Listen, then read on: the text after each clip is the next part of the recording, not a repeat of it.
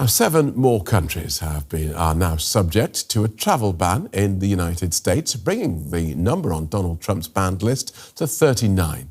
Citizens of Burkina Faso, Mali, Niger, South Sudan, Syria, Laos and Sierra Leone cannot now enter the US. The Trump administration claims the countries have failed to meet passport screening standards, which it said could pose risks for the United States. Well, Alan Orr is a US immigration lawyer and joins us from Washington, D.C. Welcome to DW.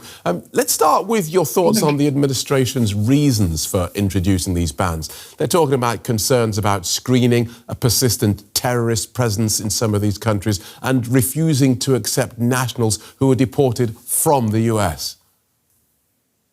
So I don't think they're well-founded, and that generally you would not sort of do security based on nationality alone. It's generally a person by person is the best way to sort of do this policing. And if you sort of look at the histories of these countries, none of them have any major significant interests of terrorism or any other issues within the United States. So the facts don't really meet the reality with regards to what they say is the concern. So if not the facts, as someone who deals daily in this area, what do you think this Trump ban is based on? Oh, so now we have travel bans for mostly 20% of the world, almost half of Africa, and in certain regions that we've excluded from having the ability to come to the United States. So it's a foot forward of saying these are not the people that we want here. So is that just country by country, or is there do you see a reasoning behind this? So I would say it's a region. I would say it's an ethnicity thing. I would say it's a color thing. But as already said, half of Africa, most of the Middle East, and some other random countries along the way that have a large population of Black or brown people find themselves in this situation. And also countries that don't have the same social economic footing as probably the United States. So we're excluding a certain type of immigrant from having the ability to reach the United States because of our perceived issues with the way they're able to issue passports in their countries, which they've been doing for years, which have not presented a problem to us going forward. How are these bans likely to affect families and businesses?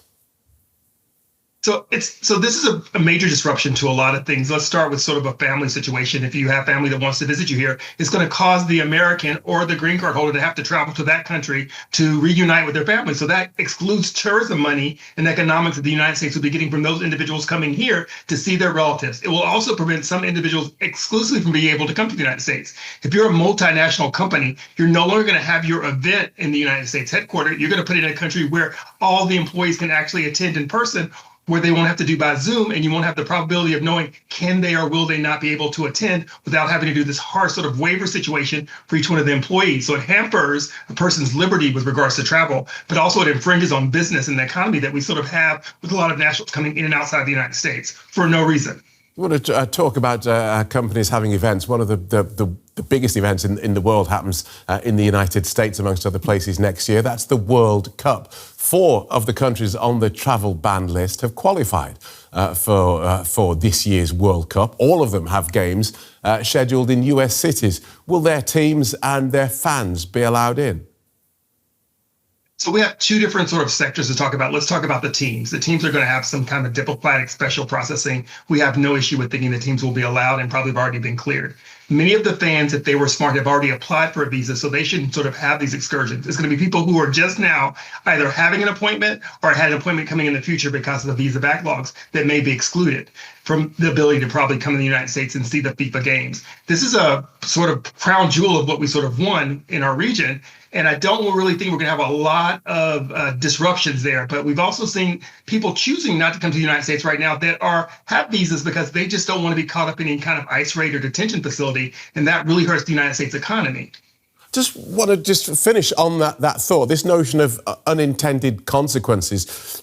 What other unintended consequences do you see arising from this, the extension of this travel ban? So let's talk about what's important in the GDP for the United States. We're probably losing or have lost already around $4 million in tourism, from $4 billion in tourism in New York City just because of these different immigration instances that have happened over again from just people saying, you know what, I'm not going to come there because I don't want to get caught up and then have to show my visa, maybe excluded, have some passport issue, be seen as an other. Around the country, it's probably around $200 billion between students and visitors who come to just visit the United States. We're hurting ourselves by saying we're excluding these groups of people. And it's not just those 39 countries that's the issue. It are other nationalities who are saying if the United States are treating immigrants that way, and I may be perceived as an immigrant from that country, although I'm from another country, I still don't want to go to the United States to sort of participate in something that's happening of this nature. So really, we're hurting ourselves economically.